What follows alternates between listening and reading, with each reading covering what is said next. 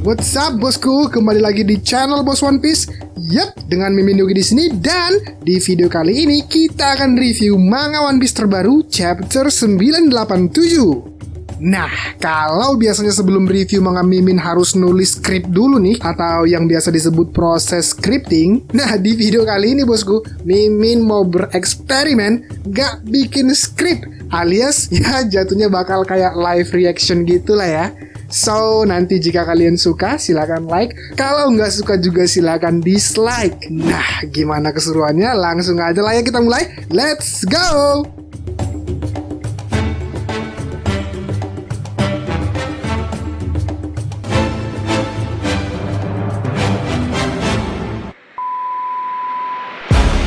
Oke, mantap sekali sebagai sebuah pembukaan ya. Di awal chapter 987 ini, kita bisa melihat cover majalah Weekly Shonen Jump yang bergambar kapten kita, Baka Sencho kita, Monkey D. Luffy, sedang makan es krim bersama tokoh utama manga lainnya seperti Deku dari Boku no Hero, Senku dari Dr. Stone, dan Asta dari Black Clover, dan yang lainnya. Wih, asik banget kayaknya makan es krimnya ya. Bagi-bagi dong. Lanjut di halaman berikutnya, kita akhirnya diperlihatkan sebuah color sprite bergambarkan seluruh kru Mugiwara no Ichimi lengkap dengan Jinbei di dalamnya.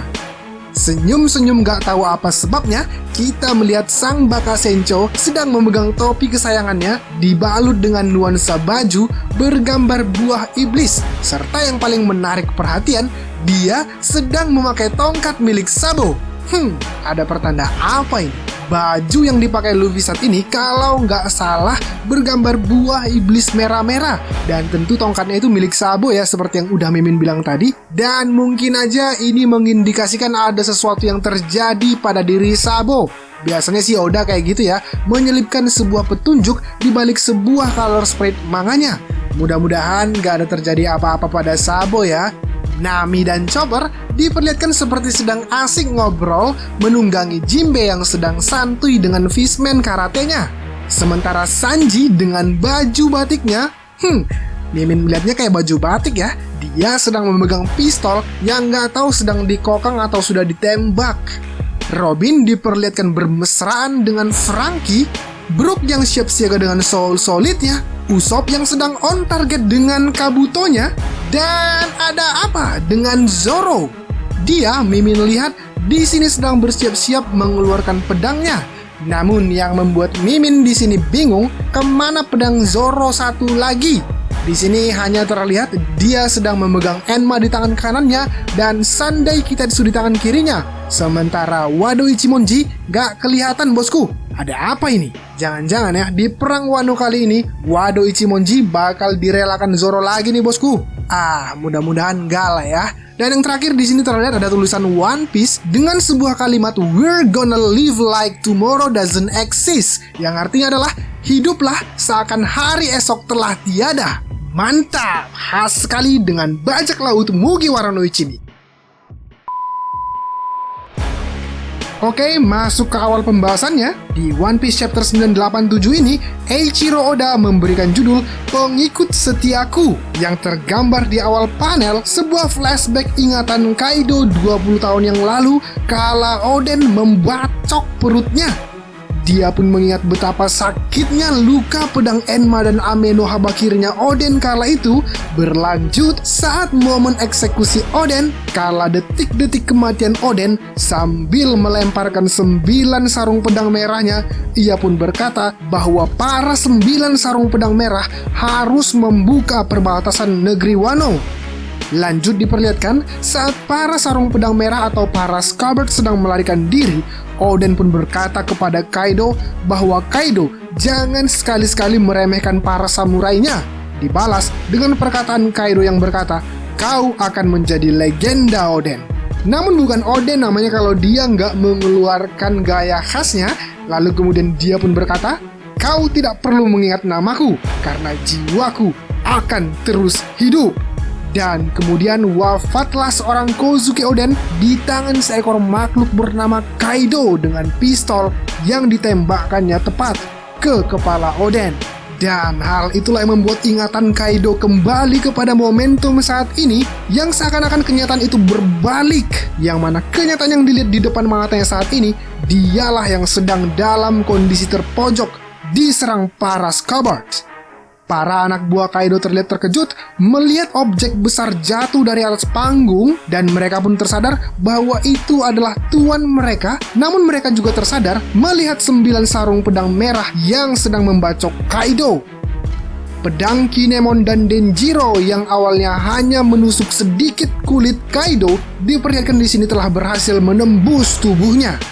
Sangat sakit yang dirasakan Kaido, sampai luka bacok yang diterimanya dari Oden 20 tahun yang lalu pun terasa sakit kembali. Bingung setengah mati menahan tusukan pedang para Scabbards itu, Kaido pun bertanya-tanya dalam hati, kenapa bekas lukaku terasa sakit sekarang? Kenapa pedang mereka bisa menusukku? Wah! Kencang sekali teriakan Kaido, sampai-sampai anak buahnya terkejut karena teriakan itu. Tusuk sampai menembus tubuhnya, ucap seluruh para Scabbards yang menggelegar menerjang, dan jatuhlah mereka ke bawah istana. Memang gak sehancur waktu dia bunuh diri dari Pulau Langit sih, tapi setidaknya kejatuhan Kaido bersama para Scabbards ini mengakibatkan tanah lantai istana hancur menjadi puing-puing. Dan oleh karena kejadian itu, ada beberapa anak buah Kaido yang masih kebingungan bagaimana bisa tuan mereka sampai jatuh ke bawah. Bahkan ada juga yang berpikir kalau Kaido sudah mati. Meski kebanyakan, banyak dari anak buah Kaido langsung gercep untuk mengeroyok para Scabbards. Kata mereka, bunuh para samurai itu. Rombongan bajak laut tadi itu ternyata cuma umpan ya. Kemungkinan masih ada penyusup selain mereka nih. Hahaha. Baru sadar mereka ya kalau Luffy, Kid, dan Zoro cuman umpan bosku. Yah, dengan kenyataan yang dilihat para anak buah Kaido di depan matanya ini, mereka pun mengangkat pedangnya, pertanda bahwa perang telah dimulai. Dan sebelum mereka bertindak untuk mengeroyok para Scabbards, dengan cepat seseorang terlihat menarik pedangnya dan melepas jubah penyamarannya, yang ternyata dia adalah kakek Hyogoro yang di backup oleh para Yakuzanya. Aku tidak akan mengizinkan kalian pergi ke tempat Kinemon dan yang lainnya, kata kakek Hyo memblokade pergerakan para anak buah Kaido itu. Big Mom diperlihatkan di sini sedikit bereaksi atas kejadian yang ada di depan matanya, dan yang unik di sini, Big Mom bertanya apakah Kaido sudah mati. Sudah mimin duga-duga nih bosku. Meskipun mereka beraliansi, tapi terlihat jelas dari lubuk hati Big Mom yang paling dalam, dia sangat menginginkan Kaido untuk mati. Mimin juga menduga Kaido juga sangat menginginkan Big Mom untuk mati. Sementara tak jauh dari lokasi Big Mom berada, Yamato dan Luffy sedang berlari menuju ke arah jatuhnya Oden dan para Scabbards. Namun sayang, beberapa langkah mereka berlari, seseorang kemudian menghadang Yamato, dan dia ternyata adalah Ulti. Di sini, Ulti diperlihatkan menyerang Yamato, namun dengan sigap Yamato menangkis serangan gada Ulti itu. Baik Luffy maupun Yamato, mereka berdua sama-sama terkejut atas kemunculan Ulti itu. Diperlihatkan Ulti tidak terima atas serangan Yamato sebelumnya, namun Yamato berkata memang beginilah seharusnya dirinya, menjadi sosok Kozuki Oden dan meneruskan tekad samurai legendaris itu untuk membuka negeri Wano. Ulti ditunjukkan di sini tidak paham dengan perkataan Yamato. Mungkin ini sebuah pertanda yang mengindikasikan bahwa Ulti tidak tahu menahu tentang Oden dan segala kisahnya.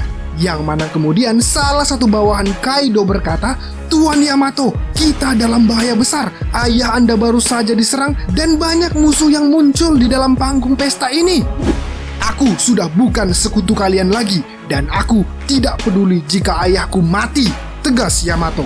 Dan karena keributan yang disebabkan oleh Yamato, Luffy, dan Ulti itu, Big Mom pun mengarahkan pandangannya ke arah mereka. Ditatapnya wajah Luffy, wajah seseorang yang sangat ingin kepalanya ia penggal itu.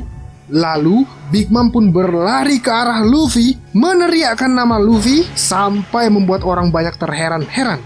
Aduh, Big Mom lagi, gawat, padahal lagi sibuk nih, kata Luffy menggerutu.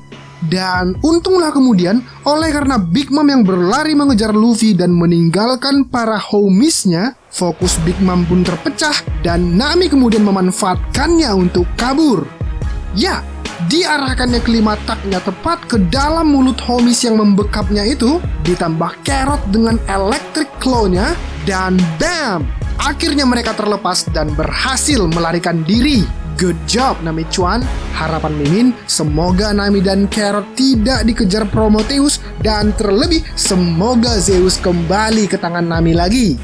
Kembali ke Big Mom, si Mama Swag satu ini pun tiba-tiba berhenti dan berkata kepada Luffy, "Mugiwara, aku datang jauh-jauh ke tempat ini demi membunuhmu loh. Sekarang jawab aku, kenapa kau datang ke tempat ini?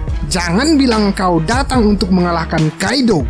Tidak gentar, Luffy pun menjawab, "Betul memang, bukan itu alasanku datang ke sini."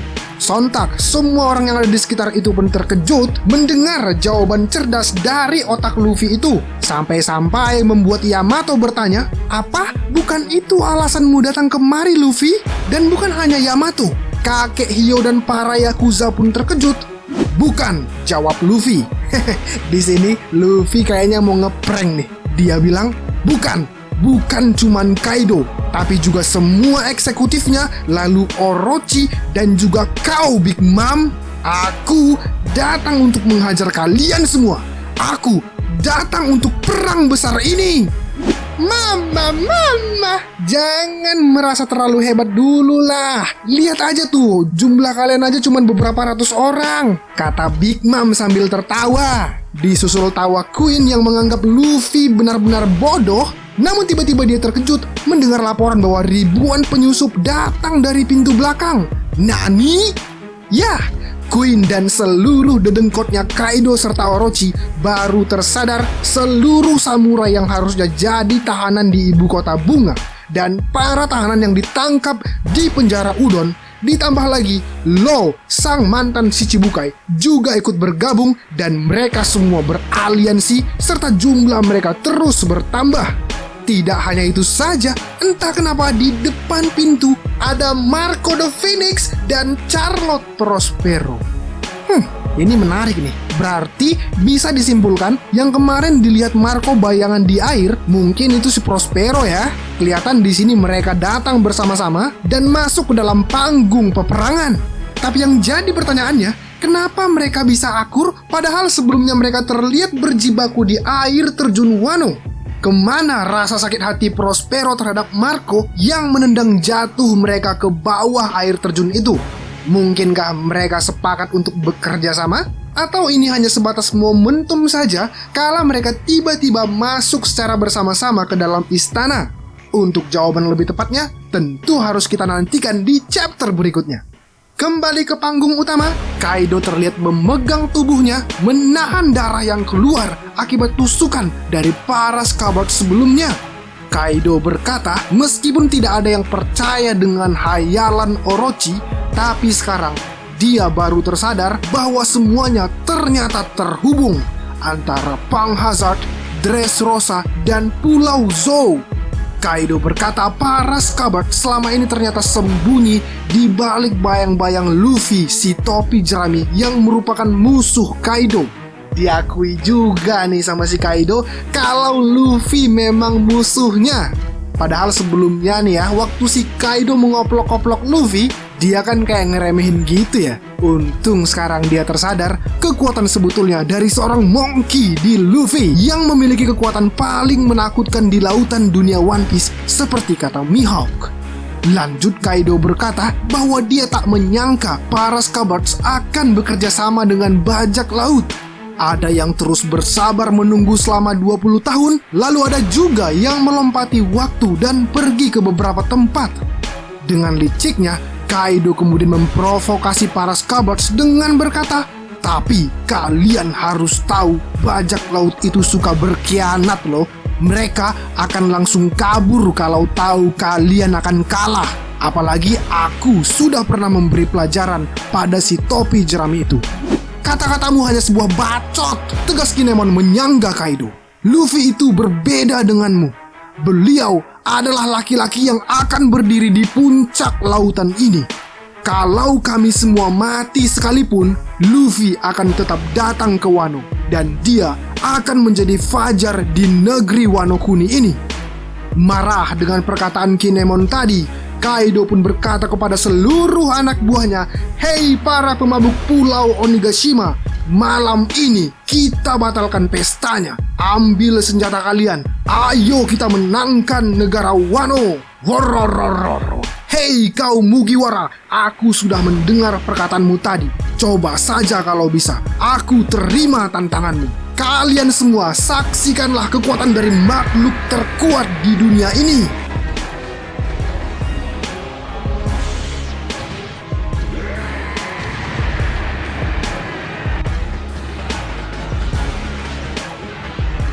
Dan berubahlah Kaido ke wujud naganya, dan tak mau ketinggalan, para Scabbers pun menebeng di tubuh naga Kaido.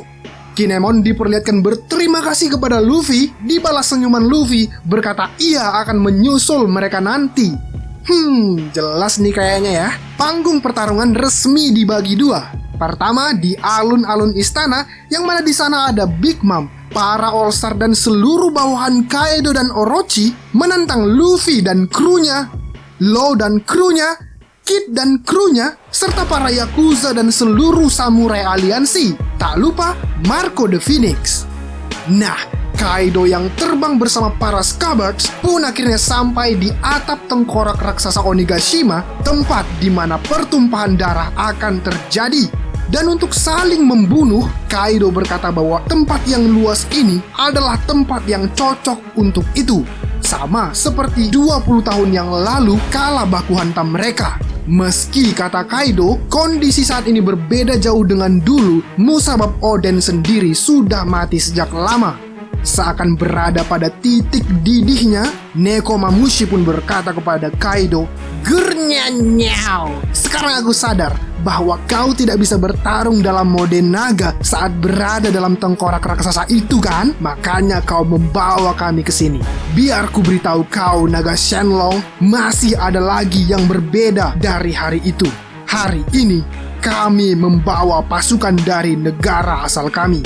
Kau tahu pasukan suku Ming? Mereka semua di sini, di atap tengkorak Onigashima ini. Salju turun terbawa angin, tapi tidak ada awan di langit.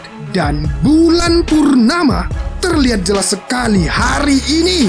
Di malam yang gelap, muncul rembulan yang terang, berjejer di sana para suku Ming beserta dua pimpinannya. Apakah yang akan terjadi? Tentu kita sudah tahu Sulong akan beraksi. Wih, mantep banget bosku. Sumpah udah gak sabar banget nih. Ngelihat gimana nantinya wujud perubahan Sulong Nekomamushi. Wes, udah cukup ya?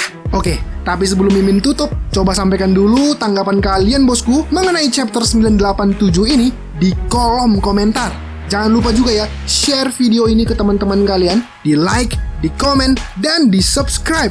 Oke, sampai jumpa di video-video berikutnya di Boss One Piece. Mimin Yogi pamit undur diri dan ciao!